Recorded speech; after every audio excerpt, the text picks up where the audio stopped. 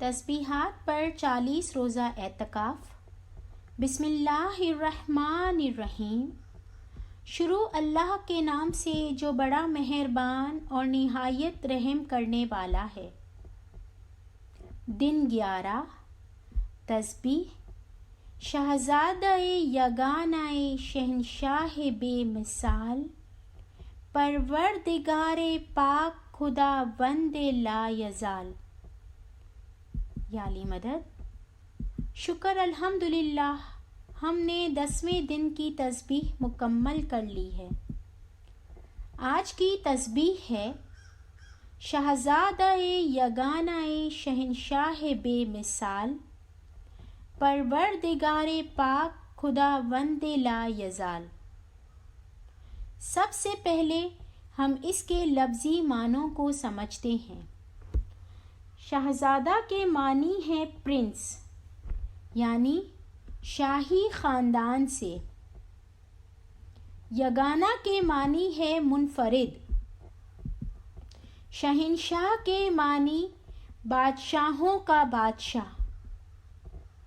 بے مثال کے معنی جس کی کوئی دوسری مثال نہ ہو، اس کے جیسا کوئی اور نہیں ہے۔ پروردگار کے معنی تمام کا پالنے والا۔ پاک کے معنی پاکیزہ یعنی خالص۔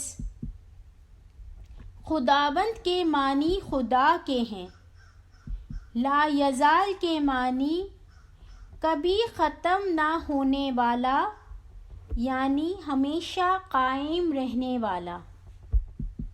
اسماعیلی جماعت پر خداوند کا کرم ہے کہ ہمیں حاضر و موجود امام علیہ السلام کا دامن نصیب ہوا۔ یہ ہمارا یقین ہے کہ امام علیہ السلام کی اس دنیا میں موجودگی ہی اس کی سلامتی کا باعث ہے۔ اگر ایک لمحے کو بھی امام علیہ السلام کی ہستی موجود نہ ہو تو یہ دنیا فوراً تباہ و برباد ہو جائے گی۔ یہ ایک عام معلومات کی بات ہے کہ ہمارے امام علیہ السلام اس مادی دنیا میں شہزادے کی حیثیت رکھتے ہیں، لیکن لوگ یہ نہیں جانتے کہ ہمارے امام علیہ السلام روحانی دنیا میں بھی شہزادے ہیں۔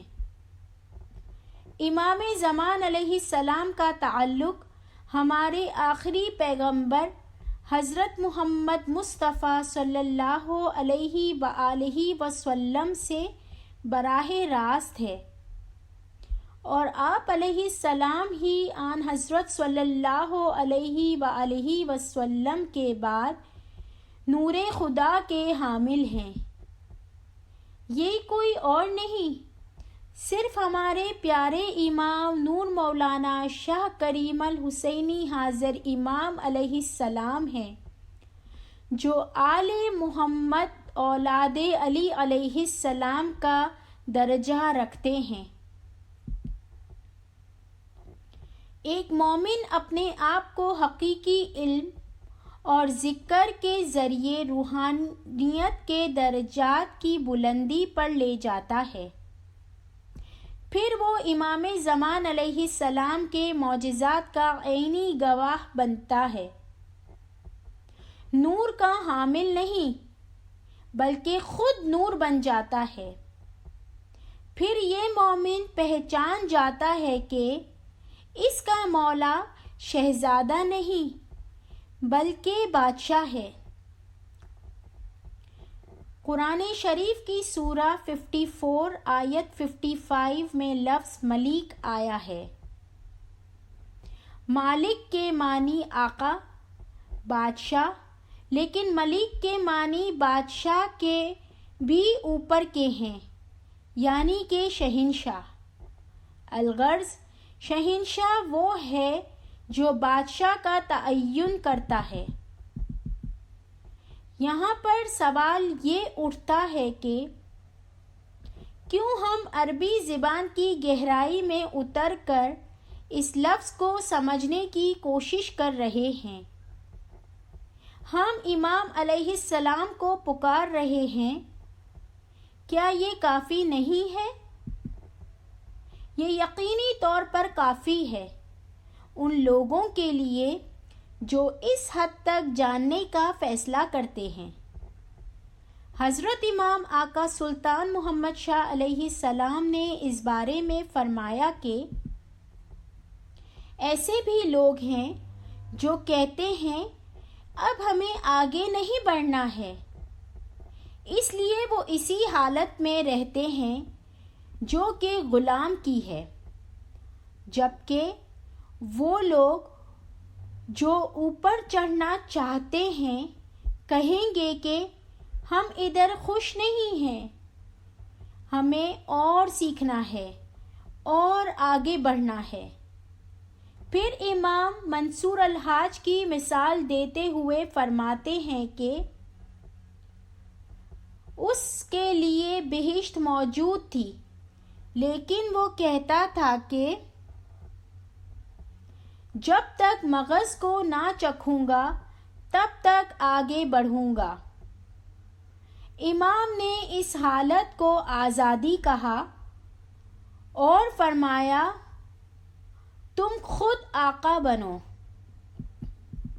حقیقی علم کے ذریعے روحانیت میں اعلیٰ مرتبہ پایا جا سکتا ہے جس کے بہت سارے نام ہیں۔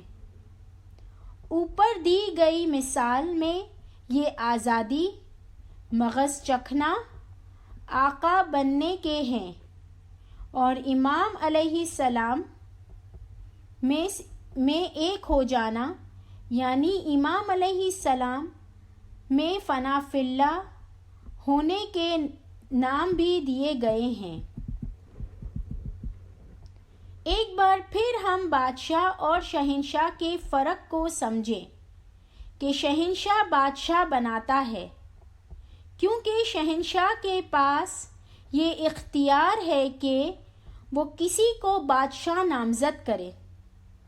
پھر ہمارا امام علیہ السلام کیسے بادشاہ سمجھا یا کہلایا جا سکتا ہے؟ دراصل ہمارا امام علیہ السلام شہنشاہ، سب سے زیادہ قدرت رکھنے والا، بادشاہوں کا بادشاہ یعنی کہ شہنشاہ۔ سبحان اللہ۔ قرآن میں خداوند تعالیٰ نے یہ وعدہ کیا کہ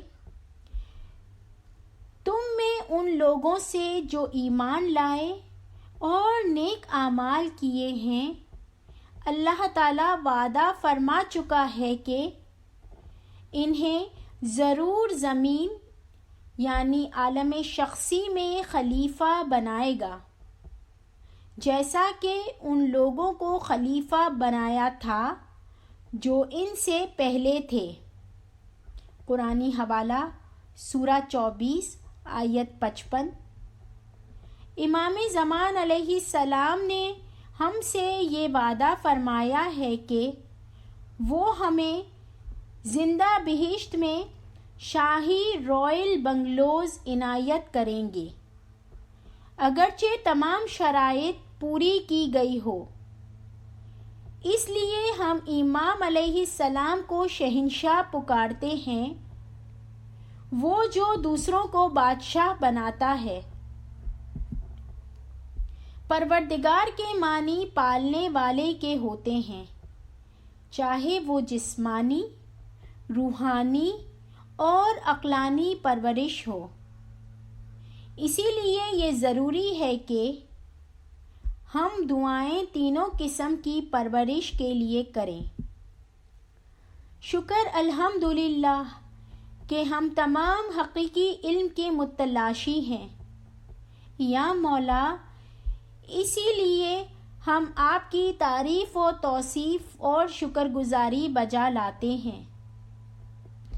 او شہزادہ یگانہ شہنشاہ بے مثال، پروردگار پاک خداوند لا یزال۔ یا مولا، برائے مہربانی ہماری کم ترین کاوشوں کو اپنے حضور پرنور میں قبول فرمانا۔ یا مولا ہمیں اپنی ظاہری، باطنی و نورانی دیدار پاک سے نوازنا۔ یا مولا ہمارے گناہوں کو معاف کرنا اور ہمیں پاک و پاکیزہ کر کے اپنے ساتھ ایک کر لینا۔ یا مولا یا شہنشاہ تمام اسماعیلی جماعت کو اپنی حقیقی اور مکمل معرفت فرمانا۔ یا مولا عالم انسانیت میں امن و امان قائم کرنا۔ آمین الہی آمین۔ دعاؤں کے طلبگار آپ کے علمی دوست۔ حوالہ جات: دارالسلام، مورخہ، 29 سپٹمبر 1899۔ بسم اللہ الرحمن الرحیم۔ شہزادہ یگانہ شہنشاہ بے مثال، پروردگار پاک خداوند لا یزال۔ شہزادہ یگانہ شہنشاہ بے مثال، پروردگار پاک خداوند لا یزال۔ شہزادہ یگانہ شہنشاہ بے مثال، پروردگار پاک خداوند لا یزال۔ شہزادہ یگانہ شہنشاہ بے مثال، پروردگار پاک خداوند لا یزال۔ شہزادہ یگانہ شہنشاہ بے مثال، پروردگار پاک خداوند لا یزال۔ شہزادہ یگانہ شہنشاہ بے مثال، پروردگار پاک خداوند لا یزال۔ شہزادہ یگانہ شہنشاہ بے مثال، پروردگار پاک خداوند لا یزال۔ شہزادہ یگانہ شہنشاہ بے مثال، پروردگار پاک خداوند لا یزال۔ شہزادہ یگانہ شہنشاہ بے مثال، پروردگار پاک خداوند لا یزال۔ شہزادہ یگانہ شہنشاہ بے مثال، پروردگار پاک خداوند لا یزال۔ شہزادہ یگانہ شہنشاہ بے مثال، پروردگار پاک خداوند لا یزال۔ اللہم صلی علی محمد و آل محمد۔